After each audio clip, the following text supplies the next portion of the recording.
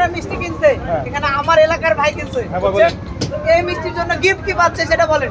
Gift একটা কারণ পাবে, সুন্দর করে বেঁধে দেবো। না এটা তো হচ্ছে না ভাই, এর জন্য আপনাকে গিফট করতে হবে। এই যে ভাইয়া, এই যে করতে হবে। গিফট দিব, এই যে খায় যা মুখটা মুছবেন, মুখ পরিষ্কার করতে যাবেন। এই যে কি কিন্তু বলেন ভাইয়া, এটা কি প্রমাণ করলেন আপনারা চাপায়ের মানুষ অনেক গিফটটা আপনারা মানুষের প্রতি ছাতু ছেলে খাবেন কিছু নিয়ে আসেন, আমার জায়গা মুখটা পরিষ্কার থাকবে, মানুষ ভালো বলবে। বেড়েছে ভাইয়া, অবশ্যই ভাই, অবশ্যই গিফট থাকবে। তো গিফট থাকবে ইনশাআল্লাহ। গিফট পরে দেখা যাবে, গিফট করবো ভাই। এই যে গিফট gift পরে পরে পরে দেখা যাবে। তুই গিফট করবে ভাইকে। আচ্ছা করেন। যেহেতু আমার শ্বশুর এলাকার মানুষ, হ্যাঁ। বুঝতে পারছেন? জি, জি। আমার শ্বশুর বাড়ি হচ্ছে কলমা ইউনিয়ন, বলদিপাড়া গ্রাম।